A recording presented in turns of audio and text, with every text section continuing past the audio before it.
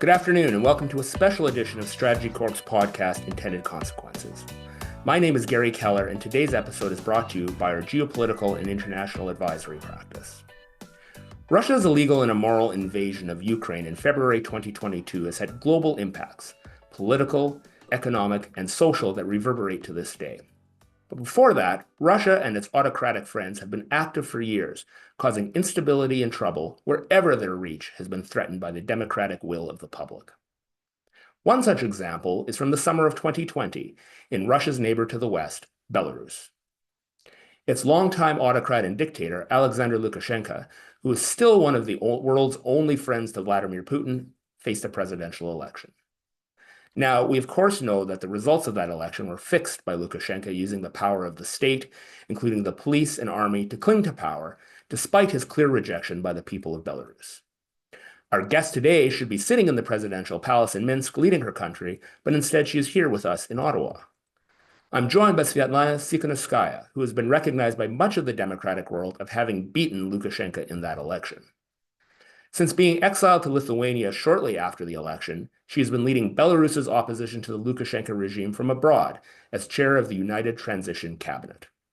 She's visited 28 countries to gather support and to advocate for the release of more than 1,500 political prisoners and for a peaceful transition of power through free and fair elections. She's also been recognized with a number of awards, including the Sakharov Prize for Human Rights, and by a number of international media as one of the most influential people in the world today. And I'm honored that she's spending some time with us. Ms. Tsikhanouskaya, welcome. You've been in Canada now for a few days, and we saw each other on the weekend at the Halifax Security Forum. But why are you in Ottawa today, and what's been the purpose of your visit to Ottawa? So hello, everyone. Garry, I'm so honored to be with you. The purpose of my visit was launching of strategic consultations with the Canadian government. I just have to say that for 4 years, we have been enjoying support and solidarity of Canadian people and Canadian government and parliament, and it's huge boost, for our democratic fight, because it's not easy when you are alone on the battlefield, and we, need powerful democratic world to be with us. So for 4 years, we managed to launch alternative institutions of power in exile to oppose Lukashenko's regime. And now we see that democratic world doesn't recognize Lukashenko as legitimate partner. Instead, world is working with us, democratic forces. And the next step of this cooperation, collaboration is formalizing of relationship. Recently, we launched strategic dialogue with the USA and European Union, and now we made this formal step with Canada. So it's wonderful format to keep Belarus high on agenda in Canadian policy, to put Belarus in, strategic views of Canadian politicians, and to have some, working groups on constant discussion of Belarusian issue. I met with the Minister Foreign Affairs Jolie this time as well, and we discussed different issues like keeping pressure on Lukashenko's regime, supporting of democratic forces, of civil society of Belarus, or our media that is supported by Canada so much. But also we discussed the war in Ukraine, of course, because it's our pain, and the fate of Ukraine and Belarus are interconnected, and we are asking for the most possible support for Ukrainians to win this war. Thank you. And thank you for being here to help lead those discussions, because I know how important it is to have the support of countries like Canada, the United States, the European Union, to really provide that strength as part of the work that you're doing. And now, as you know, part of our work here at StrategyCorp, we follow what's going on in the world, geopolitical realities, trade and defense policy, and yes, the actions of our opponent on a global scale. But as a husband and a father, I was really struck about your personal story, and I have been for some time, and especially the story about you and your family and your husband, Siarhei. Can you tell us a little bit how you went from your past life to become the leader and the face of opposition to a dictatorial regime, not just in Belarus or Europe, but around the world? year 2020 changed my life radically, because before it, I was just ordinary woman, wife of my husband, bringing up my children. And it was my husband actually who started challenge the regime through his YouTube blog. He was ordinary person, who was recording videos with the ordinary people. Maybe the first time in the history of Belarus when a person was interested in people's opinion. How do you live? What's you think about Belarus? What would you like to improve? And he became threat to this regime because he became very popular, and people asked him to participate in presidential election, and my husband agreed. And as only he did this, he was detained by Lukashenko's regime. And I remember that moment when he's in jail. And for me, it was so important to show my husband, first of all, that what he was doing for people, for the country, was so important for me. And that's why I decided to give my documents to Central Election Commission just to participate in presidential elections, because, I thought that nobody will register me because I'm a woman, who would vote for a woman. And I think Lukashenko thought the same. So they just wanted, to make a joke from this. But Lukashenko and his regime, they lost connection with Belarusian society already. They didn't know opinion of people. So they didn't expect such huge support of my candidacy. I was joined by other candidates, representatives of opposition, and we really created a powerful movement, inside Belarus. And as you said, according to alternative counting, we consider that I won these elections, but Lukashenko, of course, rejected his failure, and he unleashed the most brutal terror our country has seen for all our history, after people, when people after elections went to the streets to protect their votes. Because, of course, Lukashenko drew numbers he needed, he declared himself, to be the winner, and people went to the streets. Peaceful demonstrations, peaceful demands to hold free and fair elections. This was our aim. And since that day, 9 of August 2020, these repressions haven't stopped for a day. So now, next day after elections, I had to flee Belarus. KGB people made me do this. And I had to start my work from exile. Of course, on the one hand, it's very difficult, to be in exile while people are under tyranny, like people in Belarus live like in Stalin's time. But I understand that if I was in Belarus, I would be in prison already. I'm already sentenced to 15 years in jail in absentia, but at least when you're in freedom, you can do something. You can represent Belarus on the international arena. And honestly speaking, it was difficult for me to rediscover new Belarus to the world, because for many, many years, Belarus was like a gray zone for many countries. Just we were perceived as, I don't know, appendix to Russia or colony of Russia or whatever. Nobody knew even that we have our separate language, that our culture is absolutely different to Russian culture. And we achieved since then a lot, and I had to learn a lot immediately. I was absolutely an experienced person, and my teachers were like leaders, presidents, prime ministers of different countries, like best teachers ever. And now, I'm holding this flag of freedom in Belarus, going through everyday pain for my country, because we have thousands of political prisoners. It's pain of those people. People in Belarus live under constant fear. We see how Lukashenko is selling our independence to Putin, how Lukashenko dragged our country to the war and made Belarus country co-aggressor. It's so painful for us. But for 4 years, I'm so proud of this, that for 4 years, despite all these repressions and restrictions, Belarusian people are not giving up. Belarusian in the country, people fight undergroundly. In exile, we can be more vocal, and we do everything possible to release people and return our country to Belarusian nation. It's such a powerful message, hearing the story of people who are doing that on the ground, risking their own lives day in and day out to stand up to tyranny, to a dictator. And it is those people who are often the heroes that are leading the charge each and every day. So thank you for sharing that with us. Now, Belarus is a country which is not often on our radar here in Canada, given our distance. And frankly, when it is, it's often due to your work around the world and bringing that forward. As well, unlike Ukraine, there isn't as large of a diaspora community here in Canada, although there are pockets in parts of the country.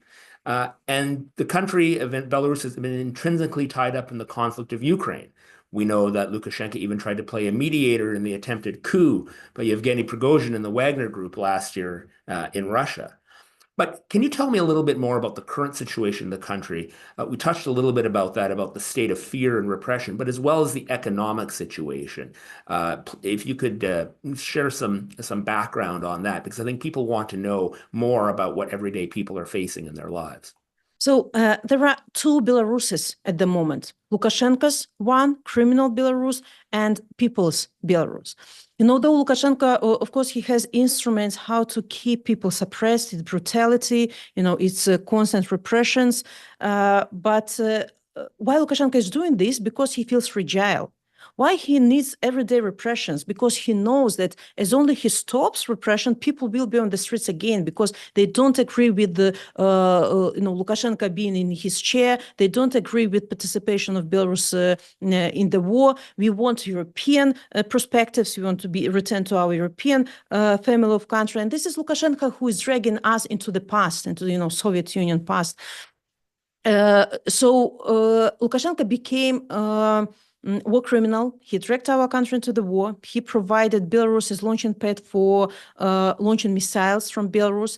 And at that moment, despite of the repressions, again, our brave Belarusians showed that they are against the war, that they are for Ukrainians. Our partisans stopped Russian trains going through our country. Our volunteers from Belarus went to Ukraine to fight shoulder to shoulder with Ukrainians against Russian aggression. Our refugees, since 2020, more than 500,000 Belarusians left the country because of repressions. Our people were helping Ukrainians because we understand what it means to take your child and, one back and leave the country, leaving everything behind, your house, your relatives, your parents. So Ukrainian pain is our pain.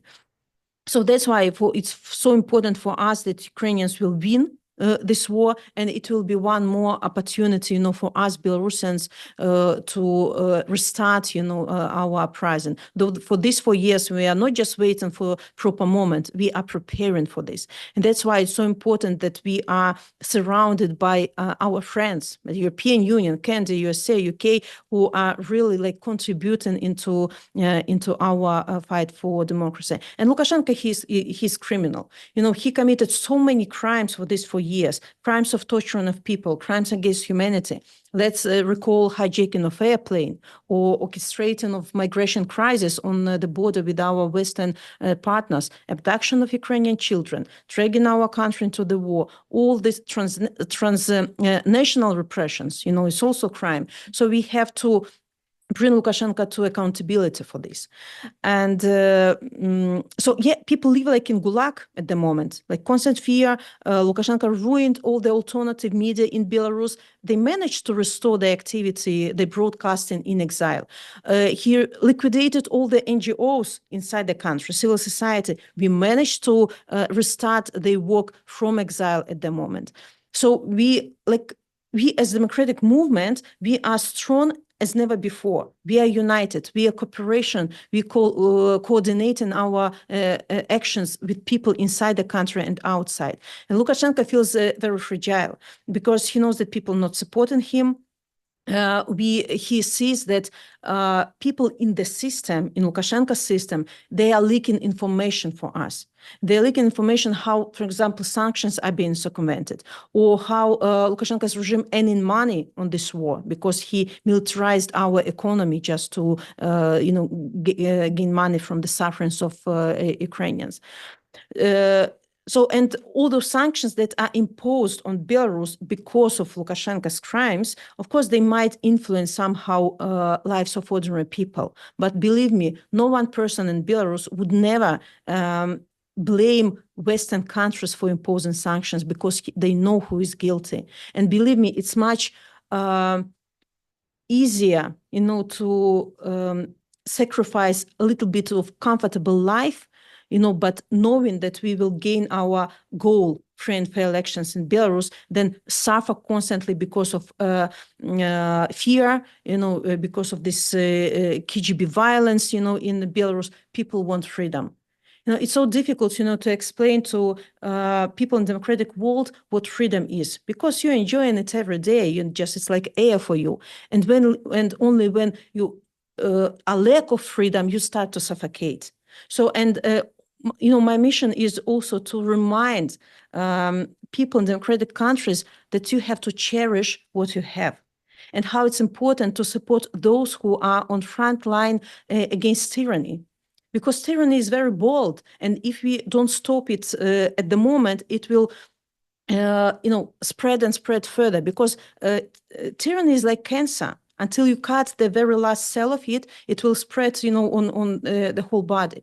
So that's why I suppose that it's moral obligation of every person in the democratic world to show solidarity with the Ukrainians, with the Belarusians who are opposing a dictatorship, who are opposing tyrants. It's an obligation of every free government and parliament to support on every possible level people who are fighting for freedom. And we have to understand that helping us, Belarusians and Ukrainians, is not charity from your side. It's your investment into your security as well. So stand with us, because we are fighting for you as well. That's such an important message for us to take away. And sometimes it gets lost in the social media noise and in misinformation that comes from outside our country. But thank you for being here to reiterate that message, because it is so important. And I also noticed yesterday you put out a tweet, because yesterday was the International Day for the Elimination of Violence Against Women. And so many of those who have been leading the fight against the regime have been women. I think of some of your team that has been arrested and put into jail, and so many sort of leading the protests on the front lines have been women. Can you tell us a little bit more about their stories? Because I was struck by that tweet, to remind people that women have been on the leading edge of this revolution from the start. No, you're right. Our uprising back in 2020 is called Women's Revolution, because when in the first days of our uprising, men have been detained brutally and heavily beaten, these were women who went and stood against this OMON men in black, this military riots, riot policies. Women were in white clothes with balloons, with flowers, like showing that we are peaceful people. We are women just who want better future for our children. And since then, women became like heart of our movement. And we saw so many examples of women's bravery.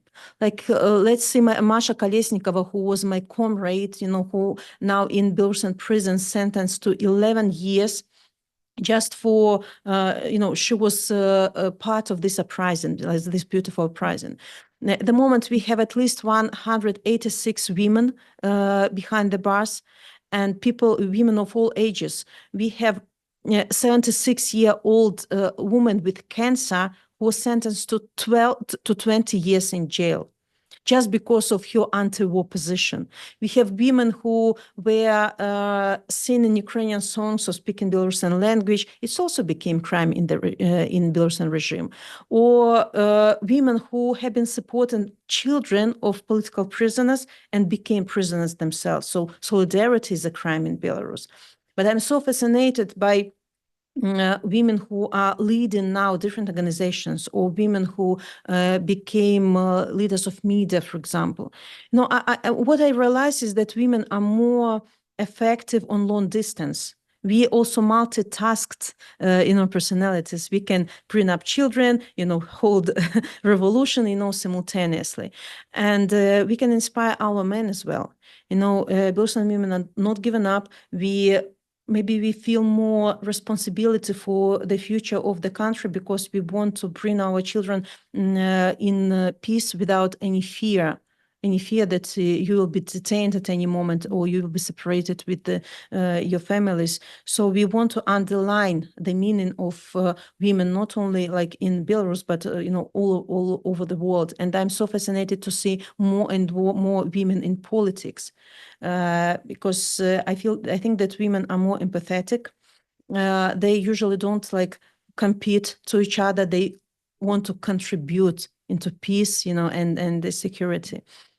So, and of course, we have to demand release of all political prisoners, including, of course, our wonderful, powerful, strong women. But we need allies for this. We are not asking the world to fight instead of us or release our people instead of us. It's our fight. But no one fight and no one war, like in Ukraine, cannot be won when you're alone. We need allies. We need strong democratic world to stand with us. And I think that the democratic world has to show that you have teeth, that you can oppose dictatorship, because dictatorship perceives undecisiveness of democratic world as weakness, and it emboldens them. And tyrants, they cross red line after red line, challenging you, thinking that you will not be able to answer to these challenges. But so as we are fighting for democracy, we are fighting for the values your countries are based on. I believe that democracy is much more powerful than dictatorship. We have to stay united, we have to stay consistent, and we have to hold values-based policy and not business-based. So true.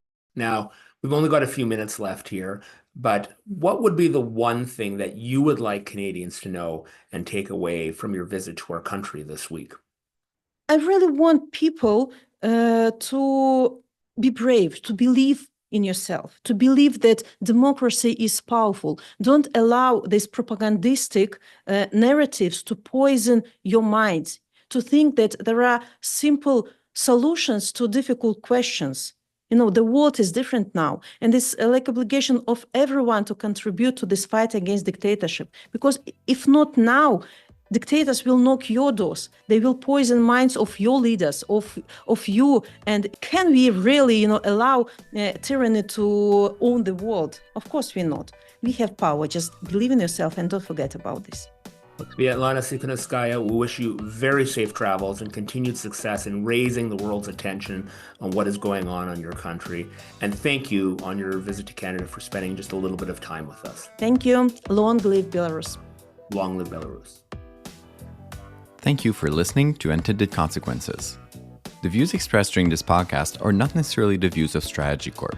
All rights for this episode are reserved, and the guests on the Intended Consequences podcast might be current or past clients of StrategyCorp.